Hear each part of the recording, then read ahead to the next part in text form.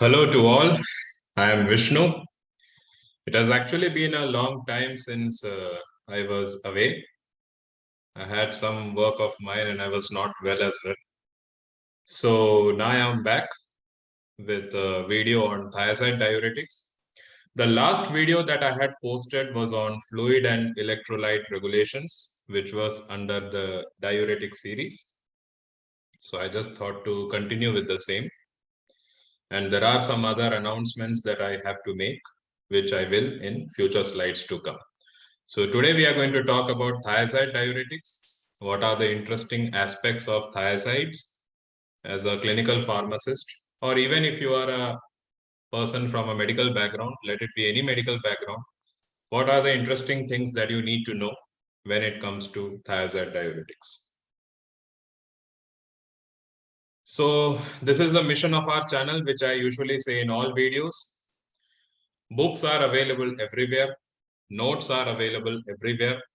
PowerPoints are also available everywhere. So if you want a note on thiazide diuretics, I don't think you will have much of a difficulty. You will get it through standard books. You will get it through standard notes from people, which are usually shared in social media. And definitely you will get through PowerPoints and SlideShare or whatever it is. But the main question that always comes is, once the exam is over, once the internals are over, how much are you able to recollect it? So recollection is very important.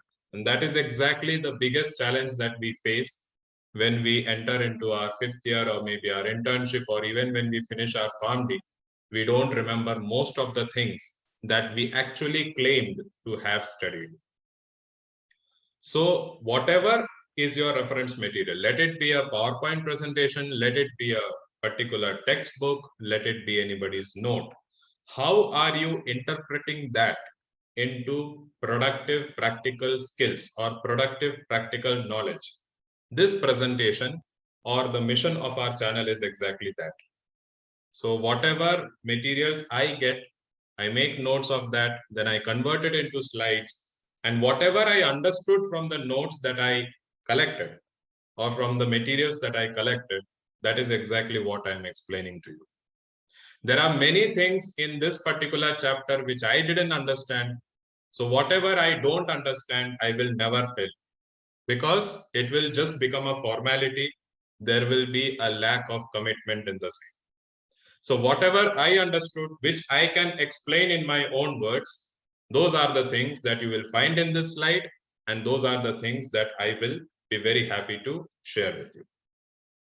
So every one of us work hard. So when we work hard, we satisfy the academic requirements. But if you are working smart, it definitely polishes your practical skills, because practical skills are important. So welcome to an ocean of practical knowledge, and I hope this presentation will be of great service to you. There is actually a good news to share. Actually, I'm preparing for PPC. I won't be very skeptical whether I'll be able to crack it or not, but definitely you know very well that this is one of the toughest exams in the world, because the syllabus is monstrous, and definitely you know what is the education style here. So when we are preparing for a competitive exam in a country where pharmacy practice is extremely well established, so it is definitely going to be a Herculean task. And many people don't even think about PBC because they already find it very difficult, or maybe they have been told by others that it is very difficult, so don't go for it. So I have decided that anyways I'm going for that. So whatever notes I'll be making, I'll be sharing it to you for free. So I'm there in LinkedIn. I'll be sharing the notes there. If you want it personally, you can contact me. And definitely whatever notes that I make, I will be converting them into presentations, and I'll be teaching you the same. Because see, it's very easy for me to give you notes. It's very easy. But what will you understand from that note? What message am I trying to convey? So if I teach you through videos as well, then you can get a better conceptual knowledge. So this is what I'm saying. I'm not going to charge any money because I don't believe in doing business with PharmD. because already your parents are spending a lot of money, maybe in the term of millions, and I don't want to extort money from you. So whatever notes I'll be providing to you, whatever lectures I'll be giving to you, consider all of them free of cost. So do stay tuned to our channel, because once the diuretic series is over, then I'll be starting with the PBC one. And I have other plans also. We are planning to actually start the anti-cancer series. We'll also start with antimicrobial stewardship. We have a lot of plans like that. So let's see how things go. So this is something that I thought that I will share with you. There are a lot of people who contact me in YouTube, and they try. Obviously, I'm there in LinkedIn. I have a lot of connections there. So if you want to contact me, definitely you have my email ID. It's written here. And definitely you can contact me at LinkedIn as well. And then if you want personal guidance, then definitely once you contact me at LinkedIn, I'll give you my number. Then you can contact me if anything is required. So if you want any clarifications or you want any guidance regarding all these topics, it is pharmacology, therapeutics, toxicology, case presentation analysis, because this is very important. Like many people, they are very good academically, but when it comes to case presentation, they don't know how to interpret the academic knowledge that they have into a critical case scenario. So that is very important, how to present a case. Most probably the next presentation that I will be making in YouTube will be a demo, means my personal way of presenting a case. So most probably I'll be doing that. How to study practically. This is very important, because you can study a lot of things from books, but to practically visualize that in a clinical scenario is very tough. You have to diversify your mind, you have to diversify your thinking process, so that's not so easy. And if you want to discuss cases with me, you can. Pathophysiology is also something very important, because it is connected to human anatomy and physiology. Unless and until you understand your body properly, how will you understand what does a disease do to your body? So that, and definitely clinical laboratory parameters, and other than that, diagnosis as well, because this is very unfortunate that we don't study diagnosis, and I don't exactly know why the syllabus is like that, or why it is, I don't know. But we never study diagnosis, because diagnosis is very important. If the diagnosis is wrong, then whatever prescription you are writing, that will definitely be wrong. So diagnosis is important. So for all these things, you can contact me. My email ID is given there. And definitely you can contact me at LinkedIn. LinkedIn is also a very good platform for connections. You can contact me there as well. Now let's come to thiazide diuretics. So this is just a general introduction. So thiazides are generally used for hypertension. As you know very well, they are used in edematous conditions also. We'll come to that. So they actually reduce BP by two methods. One is called diuresis. So diuresis is very easy method of reducing blood pressure, because the RAS pathway, renin-angiotensin-aldosterone pathway. So the last product is aldosterone, and aldosterone does two things. Number one, it increases the level of sodium, which causes vasoconstriction, and the other thing is that it increases the fluid level also. So that can cause edema and all this kind of things. So when these two things are eliminated, then definitely blood pressure will fall. And if diuretics are used in long term, they also reduce peripheral vascular resistance. So these are some technical terms. Before I go into the details of thiazides, let me tell you one more thing. Please refer my video on fluid and electrolyte regulations. That was a past video. So you can check in the playlist of our YouTube channel. You will find it in diuretic section. So you will find it there, fluid and electrolyte, because there I have explained what happens in each stage, like what happens in the PCT, what happens in the DCT, what happens in the ascending and descending limb of Henle's loop, what happens in the collecting tubule and collecting duct. So unless and until you understand that properly, when we will be talking about the mechanism of thiazides, we'll be using a lot of technical terms. We'll talk about DCT in between, a lot of terms will come. It will be hard for you to understand. So please refer that video once, and then when you correlate it with the thiazide presentation that I'm making here, then it will be easy for you. Thiazides, actually, this is a very strange statement, but that is what has been written in a book. There is a very less risk of cross sensitivity in patients who are already sensitive to sulfonamides. So actually what is that thiazides also have a sulfonamide structure. So for example, if you are allergic to sulfonamides, so sulfonamides are antibiotics. So if you are allergic to sulfonamides, then there are some classes of drugs which you cannot use because of a risk of cross sensitivity. So there is one example is acetazolamide. Acetazolamide is a carbonic anhydrase inhibitor. It also has the similar structure. In some books, it is written that you cannot use thiazides as well because they also have the same structure. But I found in one book, which is called CATCHPOINTS, and there I found that there is a very less risk of cross sensitivity in patients. So this statement can vary from patient to patient, or maybe it can vary from book to book as well. But this is one observation that I made, so I thought that I'll share. So thiazides usually act on the distal convoluted tubule. That is their mechanism of action. So we will talk about that mechanism in detail. If thiazides are given above the normal dose, the efficacy reduces. And that is why they are also known as low ceiling diuretics. So the thiazides are also known as low ceiling diuretics because of this reason. So you can't give a supratherapeutic dose. That means if you give above the normal dose, the medicine will cease to show its effect. Chlorthalidone, indapamide, cipamide, and metolazone, they actually have a benzothiadiazine structure, and that is why they are also known as thiazide-like diuretics. So this is just a general introduction that I wish to share.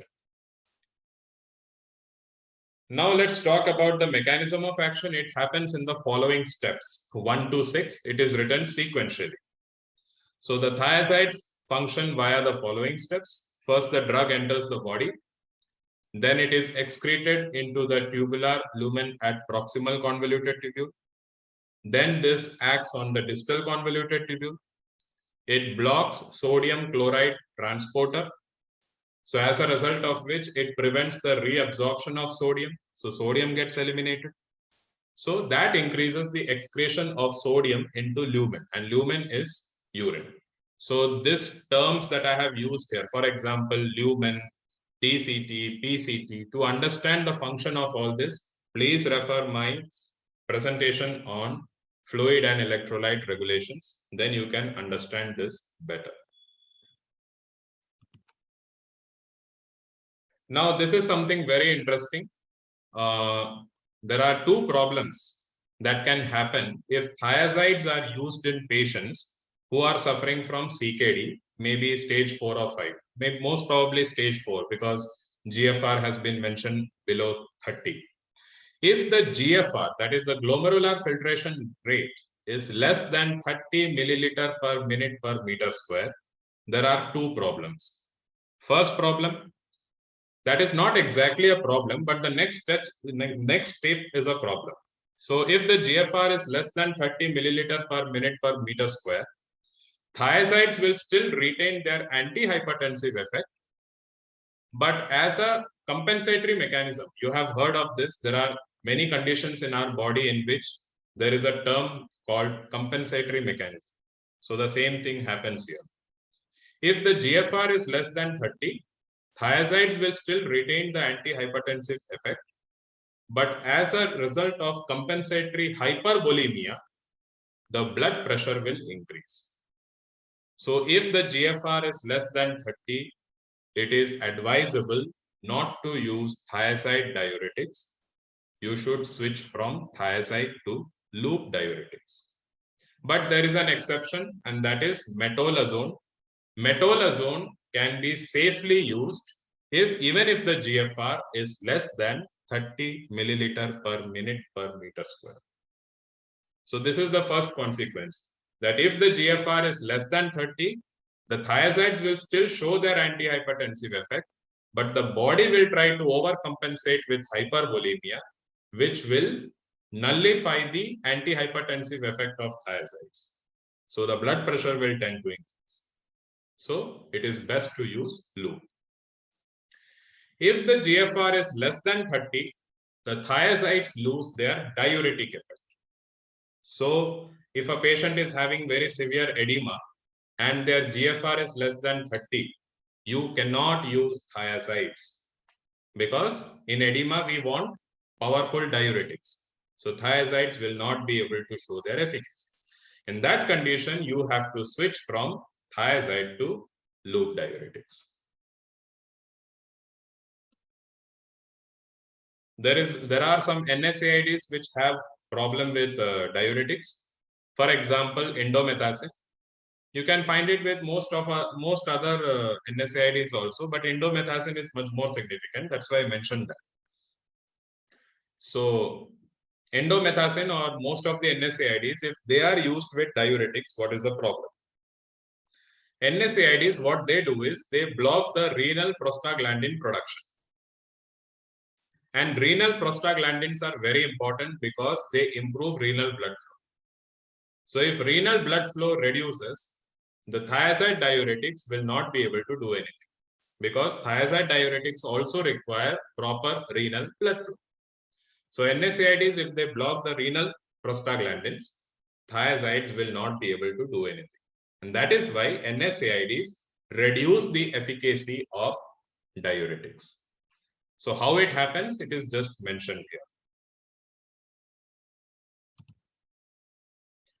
Let us come to the pharmacological actions. I always tell people, there are a lot of people who come to me, they ask me that we are not able to remember the side effect of medicines and how to remember that. And also I always tell people, if you want to understand most of the details of a medicine, try to understand its pharmacological actions. Pharmacological actions are always classified into two: the beneficiary effect and the harmful effect. Beneficiary effect is called the mechanism of action, and the harmful effect is called the mechanism of side effects.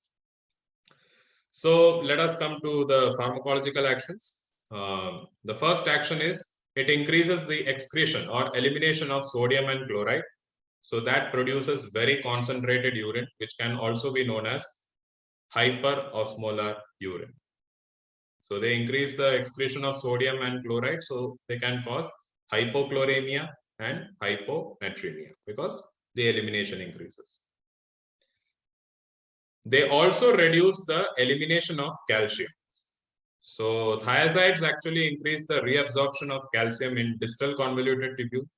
So that can cause hypercalcemia. And that is why you can derive a practical knowledge from this. If a patient is suffering from hypertension and that patient is also having osteoporosis, you know very well, osteoporosis usually happens due to calcium and vitamin deficiency.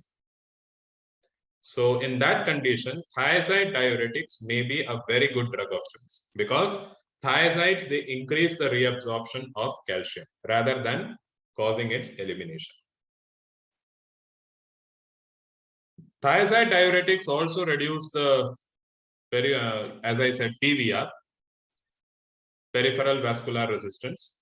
So that is in two methods. Initially, thiazides reduce the blood volume. So as a result, it causes BP reduction. But when you are giving as a prolonged therapy, it causes the relaxation of arteriolar smooth muscles. So as a result of which, peripheral vascular resistance reduces, and as a result of which BP reduces. So thiazides show their best effect when they are given for long periods. Coming to the uses of thiazides, they can be used in hypertension. Mainly they are used in hypertension because they are inexpensive. They are very convenient to administer because most of them are given in oral formulations, and oral formulations are the best route because it's very easy for compliance and they are well tolerated. Chlorthalidone is actually better than hydrochlorothiazide in hypertension, since it has a very long half-life, 50 to 60 hours. So that has two benefits. Number one, the frequency of dosing will reduce. Because if a drug is having very short half-life, you have to give it multiple times a day. And if it is a geriatric or something, they will have a tendency to forget. So there is a risk of medication non-adherence. So it has a very long half-life, 50 to 60 hours. So as a result of which, it gives a better BP control throughout the day because of its long half-life. 50 to 60 hours means it will give you a good BP control throughout the day. So chlorthalidone is a good option. It can be used in heart failure also. Loop diuretics are actually preferred more than thiazides in reducing extracellular volume in heart failure. But if actually loop diuretics are the drug of choice, if you have seen cases of heart failure, usually they are given furosemide or maybe torsemide or bumetanide or something. So those are all coming under loop diuretics. But if loop diuretics are contraindicated or they cannot be used in patients due to specific contraindications or risk factors, then we may switch over to thiazides. So thiazides are not the direct choice in heart failure.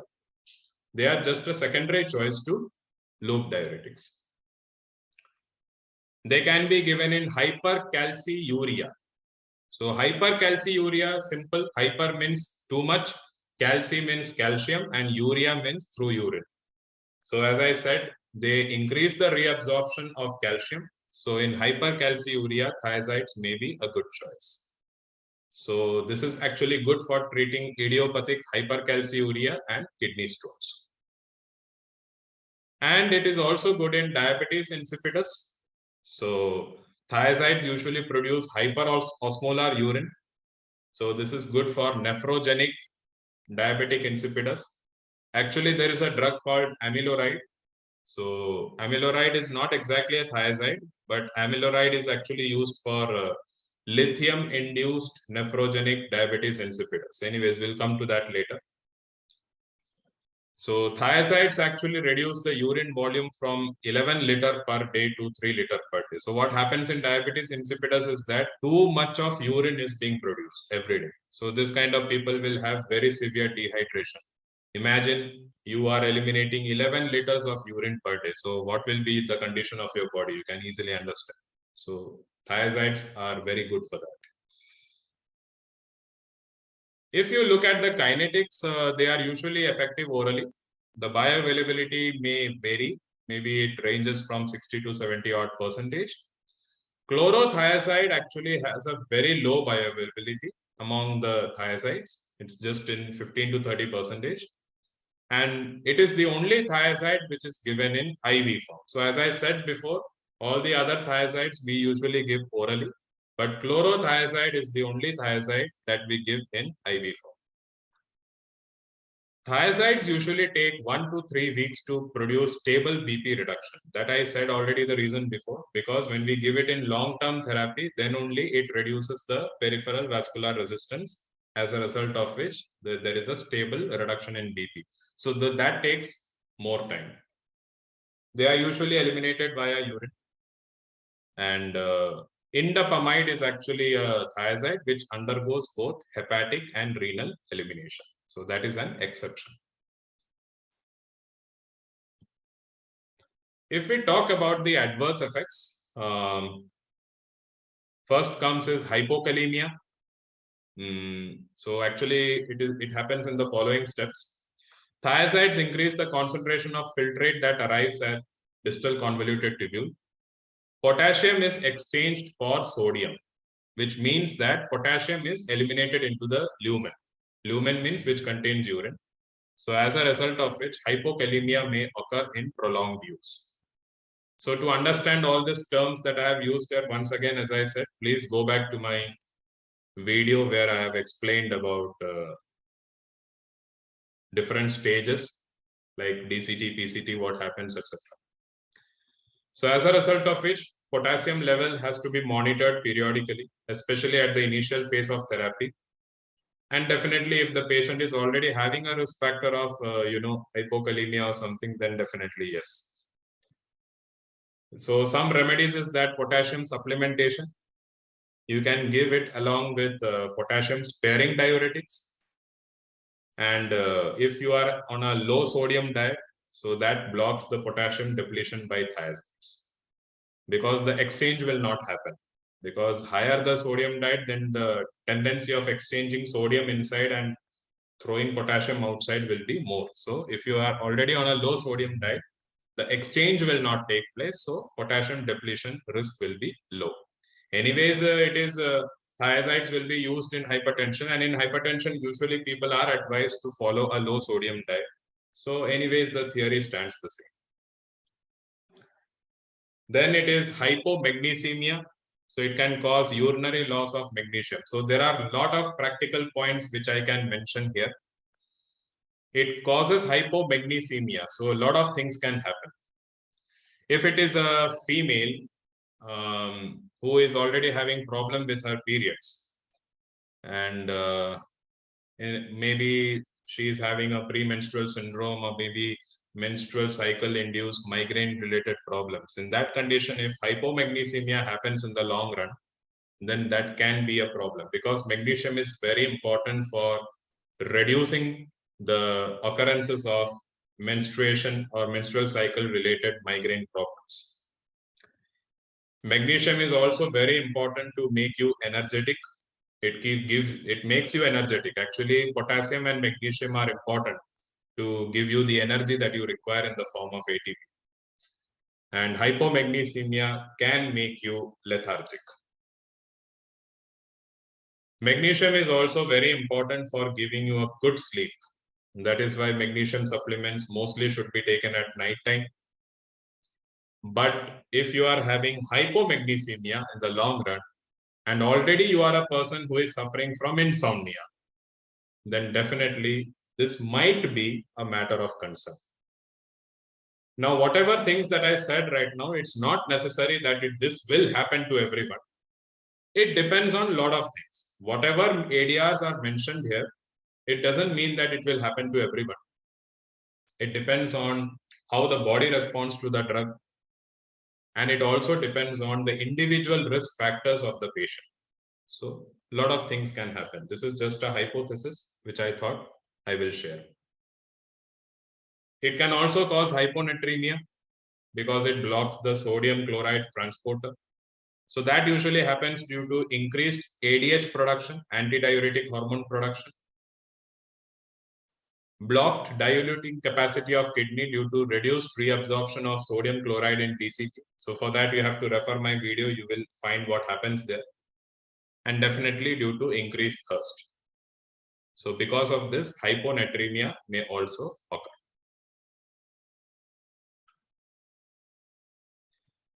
Thiazides can also cause hyperuricemia. So you have to first understand the organic acid secretory system. For that, you have to go to my previous video and check what I have explained about collecting tubule and collecting duct. There you will find all this basic secretory system and organic acid secretory system. So thiazides usually block the elimination of uric acid. So what happens? This uric acid goes back into the body. It increases in the blood, and definitely it is insoluble in nature. So that gets deposited or crystallized in the joints. So if it is a patient who is suffering from gout or gouty arthritis, and that patient is also having hypertension or whatever reason for which the thiazides are being given, then the risk factor may become exacerbated. So there is a risk of gouty attacks in such patients. It can definitely cause hypovolemia because as the name suggests itself, it causes diuresis. So definitely hypovolemia will happen. So it can cause lightheadedness and orthostasis, because definitely when dehydration happens, especially if you already have a tendency of your body sweating a lot, there are a lot of people who sweat a lot even if they do little activity. So for those kind of people, I don't have to say much, because especially if they are living in a very tropical or humid climatic area, then the risk factor may be high. It can cause metabolic alkalosis also, because the thiazides usually excrete chloride more than bicarbonate.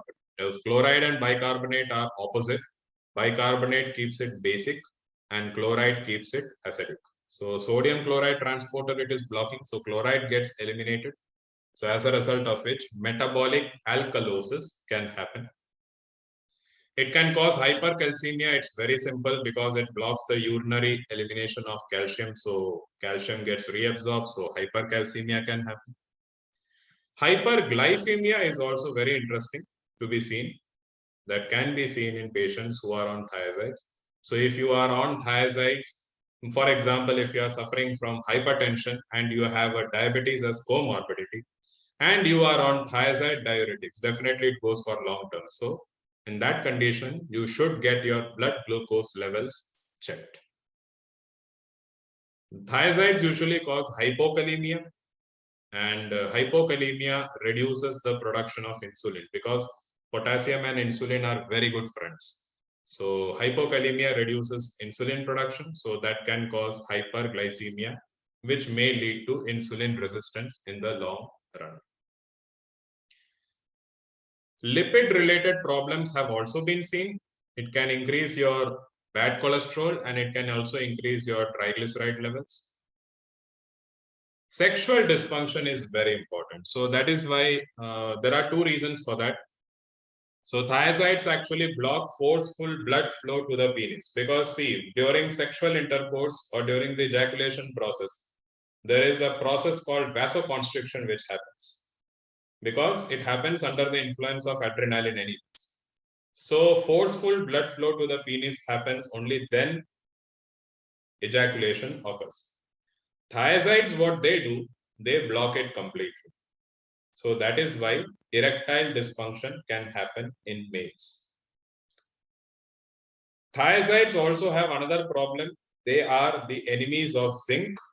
So they reduce the level of zinc in the body, and zinc is very important for boosting testosterone levels in males. So thiazides reduce the level of zinc, as a result of which testosterone will reduce. So that can also cause sexual dysfunction. So if it is a hypertensive male who is married and they are planning to have a family or so, then definitely they have to be very alert if they are under, if the male is under thiazide diuretics. Now let's come to the dosing. So these are so many medicines here. Most of them actually we don't use clinically. I have just mentioned it in the form of a table. Now you will find a lot of doses here. What our syllabus tells us, or what our exam tells us, or what teachers tells us, we have to remember dose of everything and all because dose is important, blah blah. But theoretically, it is very easy to say that okay, we will mug up all the doses, but practically we don't remember. So if you want to remember doses, there are only two strategies. Number one, either you consume that medicine personally. For example, most of you who are listening to this know the dose of paracetamol because somewhere in your life you may have taken it, or maybe your family may have taken it. So you know it. So if you are consuming any medicine personally, you know the dose about it very well. And the second strategy is see such kind of cases in the hospital on a regular basis. So for example, if you are seeing a lot of hypertensive cases and the patients are on chlorthalidone, so if you are regularly seeing such cases, you can easily remember the dose. Otherwise, no matter how much you try, you will never ever remember the doses of medicines because these are not the only medicines that you have to remember. There are so many medicines, lakhs and lakhs of medicines in this world. Where will you go? And another problem with remembering the dose of medicine is that there is a maximum dose, there is a maintenance dose, there is a minimum dose. And then if you are having hepatic problem, there is another dose. If you are having renal problem, there may be another dose. If you are using with some other medicine, especially this happens in cancer chemotherapy strategy. If you are using with another medicine, then you have to adjust another dose. So if you start remembering all these things for all medications, then you will end up nowhere. So these are the two strategies that I personally believe that may help you to remember doses to some extent. So if we come to the important catch points of thiazide diuretics, chlorthalidone is the longest acting thiazide. Chlorothiazide is the shortest acting thiazide. Polythiazide and bendroflumethiazide, they have 100% bioavailability. Thiazides they also have weak carbonic anhydrase blocking effect. So carbonic anhydrase inhibitors, you know very well, they are acetazolamide, dorzolamide, brinzolamide, etc.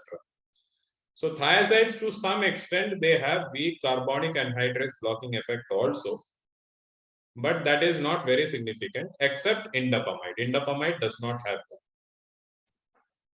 Thiazides increase prostaglandin synthesis. So that is why renal prostaglandins are very important for thiazides to show their mechanism. So if they are used along with NSAIDs, I already told you what will happen. So thiazides actually increase the potassium channels and reduce the sodium channels. So they cause vasodilation. So potassium channel increases means, but I already told you potassium is the enemy of sodium. That is why in hypertension, we are advised to reduce our intake of sodium and increase our intake of potassium. But if the GFR is less than 30 milliliter per minute, thiazides cannot show proper antihypertensive activity and definitely no antidiuretic activity, except indapamide and metolazone. So indapamide and metolazone can be safely used with a good trust on their efficacy in patients whose GFR is less than 30 milliliter per minute. Thiazides can also be used in the edemas of CHF. In CHF also edema happens because of the overactivation of the RAS pathway. In liver cirrhosis also edemas happen. You know very well there is a term called ascites. And definitely in nephrotic syndrome also edemas will happen because nephrotic syndrome means the nephrons are damaged. So kidney's function is to produce urine. So in this condition, urine will not be produced. So there is a risk of edema. So in these conditions also, we may use thiazides. Thiazides, if they are used with class 2A or class 3 antiarrhythmics, there can be a high risk of QT interval prolongation. So if we are using thiazides with class 2A or class 3 antiarrhythmics, we have to be very careful. Either use it at different times of the day, but don't use it together. So these are some of the important things that I wanted to talk about thiazides. So as I said that I'll be starting with the PBC series very soon. So if any of you are planning to prepare for PBC, or even if you are not planning to prepare for PBC, but just want to enhance your practical knowledge, it's not necessary that you have to go to Canada and crack that exam. Whatever knowledge that I'll be sharing will be generalized and it will be good for anybody who is not preparing for that also. In that condition, please stay tuned to our channel. I'll not ask you to press on the like button or something because that is very boring. If you like it, then definitely just share it with people. If you like what I say, if my words matches with your frequency of practical knowledge, thirst or hunger, then definitely please do subscribe and share it with maximum people. And I'll be coming with more interesting videos very soon. Thanks a lot for listening to me all this time. See you in the next video. Until then, it's bye.